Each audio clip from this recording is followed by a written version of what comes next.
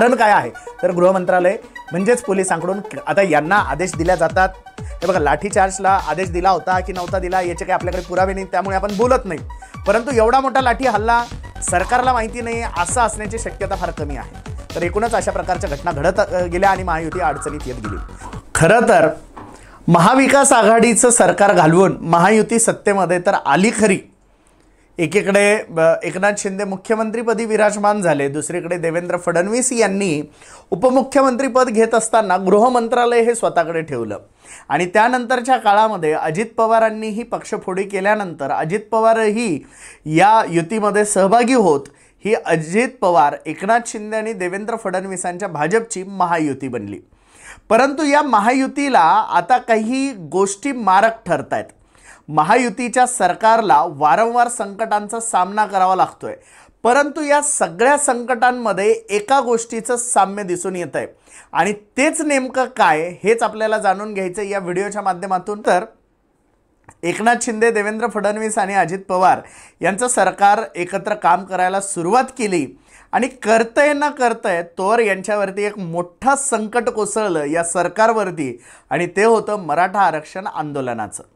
मुळात मराठा आरक्षण आंदोलनाचं प्रकरण चिघळण्याचं कारण काय होतं तर पोलिसांकडून झालेला अमानुष लाठीचार्ज। होय, अंतरवाली सराटी येथे जेव्हा मनोज जरांगे पाटील हे उपोषणाला बसलेले होते आणि या उपोषणामध्ये बऱ्याचदा म्हणजे बऱ्याच म्हाताऱ्या व्यक्ती, महिला, भगिनी, लहान मुलं वगैरे या उपोषणस्थळी उपस्थित होते आणि अचानक तिथे राडा झाला। खरं तर हे सगळं होण्यामागचं दुसरं कारण हे होतं की सरकारचं त्यावेळेस एक ब्रँडिंगचा प्रोग्राम चालू होता, तो म्हणजे शासन आपल्या दारी। तर शासन आपल्या दारी या कार्यक्रमानिमित्त जालन्यामध्ये हे जे उपोषण जे आहे हे गुंडाळावं, याला बाजूला करावं असं एक सरकारचं मनात होतं आणि म्हणून ते उपोषण हटवावं, मनोज जरांगेंचं उपोषण सोडवावं या निमित्ताने तिथे पोलीस पोहोचले। पोलीस पोहोचल्यानंतर जमावामध्ये आणि पोलिसांमध्ये मोठी झडप झाली आणि त्याच्यामध्ये मोठा अमानुष लाठी हल्ला झाला आणि नेमका हा लाठी चार्ज महाराष्ट्राला वेदनादायी ठरला। समाज प्रचंड आक्रमक झाला आणि इथूनच महायुतीच्या विरोधात प्रचंड मोठा रोष तयार झाला। म्हणजे एक तर गद्दारी करून बनवलेलं सरकार हा डब्बा यांच्यावरती सुरुवातीला होताच, परंतु त्याच्यामध्ये हे सगळं प्रकार घडल्यानंतर हे घडल्यानंतर देवेंद्र फडणवीसांची जी वक्तव्य होती ती खरंच समाजाला दुखावणारी होती आणि हे सगळं झाल्यानंतर मात्र हे प्रकरण तापलं। त्यानंतर फडणवीसांनी क्षमा याचनाही केली, माफी मागितली वगैरे वगैरे, या सगळ्या गोष्टी आपण बघितल्या। परंतु यामध्ये नेमकं हे सगळं कोणामुळे झालं तर गृह मंत्रालयामुळे झालं, म्हणजेच पोलिसांनी हा लाठी हल्ला केलेला होता। याच्यानंतर दुसऱ्यांदा हे सरकार अडचणीत आलं ते म्हणजे लाडकी बहीण योजना यांनी आता काय झालं, हे सगळं गद्दारी विद्दारी कलंक मराठा आरक्षण हे ते सगळे प्रकरण इतके पेटलेले होते की याला आता कुठेतरी बायपास करणं गरजेचं आहे, याला शांत करणं गरजेचं आहे। म्हणून एक मोठी महत्त्वाकांक्षी योजना आणण्यात आली, ती म्हणजे लाडकी बहीण योजना। आणि लाडकी बहीण योजना आणल्यानंतर याच्यामध्ये साधारणतः 46,000 कोटी सरकार खर्च करणार होतं आणि या दरम्यान म्हणजे हे लाडकी बहीण योजना आणल्यानंतर आता याचं ब्रँडिंग तर करावं लागेल। म्हणजे सरकार देतं असं जसं शिंदे, फडणवीस आणि पवारांनी यांची काही एकर जमीन विकून लाडक्या बहिणींना पैसे देत होते, अशा पद्धतीने यांनी पुन्हा एकदा ब्रँडिंग सुरू केलं आणि या ब्रँडिंगच्या वेळेलाही पुन्हा एकदा एक धक्कादायक घटना घडली, ती म्हणजे बदलापूर येथील साधारणतः 3 ते 4 वर्षांच्या चिमुरड्यांवरती लैंगिक अत्याचार झाला आणि हा अत्याचार होताना परत नेमकं ती संस्था जी होती ती RSSची भाजपशी निगडीत होती आणि तिथे हे पालक जेव्हा तक्रार द्यायला गेले त्यावेळेला संस्था चालकांनी, मुख्याध्यापिकेने हे सगळं ऐकून घेतलं नाही। त्यानंतर हे पालक पोलीस स्टेशनला पोहोचले आणि पुन्हा एकदा गृहमंत्रालयानेच तब्बल 12 तास या चिमुरड्यांच्या पालकांना ताटकळत ठेवलं। त्यातील एक महिला ही गरोदर होती आणि गरोदर असताना 12 तास या महिलेला पोलीस स्टेशनमध्ये उभं करून ठेवलं। ही गृह मंत्रालयाकडून म्हणजेच पोलिसांकडून झालेली एक मोठी चूक होती आणि नंतर मात्र हे वातावरण असं तापलं की पुढील आठवड्याभरामध्ये इतक्या सगळ्या घटना समोर यायला लागल्या आणि त्या कंप्लेंट यायला लागल्या की सरकारच्या नाकी नऊ आलं।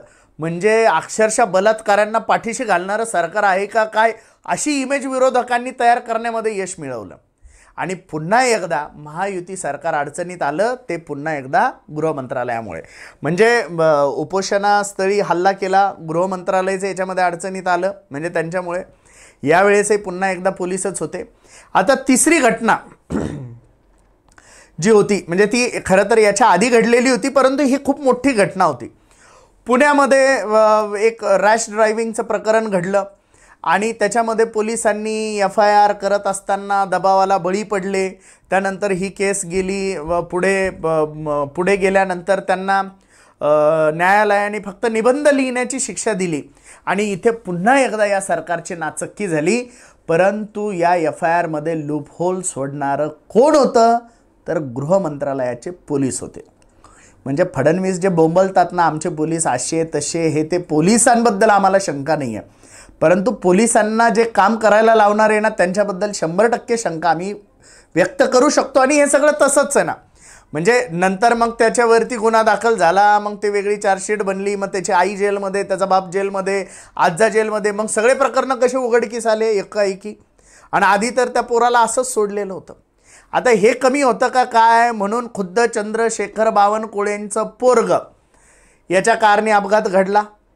आता कार तो चालवत नव्हता, संकेत बावनकुळे वगैरे वगैरे हे पोलिसांनी रिपोर्टमध्ये लिहिलं. आता चालवत होता का नव्हता यांना माहिती, कारण जनतेचा आता यांच्यावरती बिलकुल विश्वास उरलेला नाही. यांच्यावरती म्हणजे कोणत्याच राजकारण्यांवरती. महायुती म्हणून आपण बोलत नाही आहे, महाविकास आघाडी काही फार धुतल्या तांदळाची अशातला काही भाग नाही आहे, परंतु महायुतीच्या काळात हे सगळं घडतंय म्हणून आपल्याला त्यांच्याबद्दल बोलावं लागतं.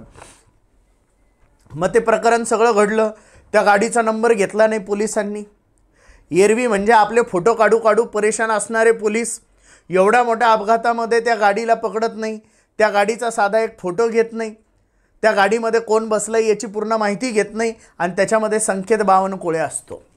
आणि हे पोलिसांना नंतर म्हणजे पोलिसांपेक्षा हुशार विरोधी पक्ष झाला का असा प्रश्न निर्माण झाला. म्हणजे पुन्हा एकदा नाचक्की कोणामुळे झाली, तर गृहमंत्रालयामुळे झाली, म्हणजेच पोलिसांमुळे झाली. आणि एकूणच हे सगळे प्रकार अशा प्रकारे घडत असल्यामुळे महायुती सरकार वारंवार मोठ्या संकटांमध्ये, मोठ्या अडचणीमध्ये येतं आहे. आणि याचं मुख्य कारण हे देवेंद्र फडणवीसांकडे असणारं गृहमंत्रालय आहे. अर्थातच धोका तर पूर्ण महायुती सरकारलाच होतोय ना, परंतु कारण काय आहे, तर गृहमंत्रालय म्हणजेच पोलिसांकडून आता यांना आदेश दिल्या जातात. हे बघा, लाठीचार्जला आदेश दिला होता की नव्हता दिला याचे काही आपल्याकडे पुरावे नाही, त्यामुळे आपण बोलत नाही. परंतु एवढा मोठा लाठी हल्ला सरकारला माहिती नाही असं असण्याची शक्यता फार कमी आहे. तर एकूणच अशा प्रकारच्या घटना घडत गेल्या आणि महायुती अडचणीत येत गेली.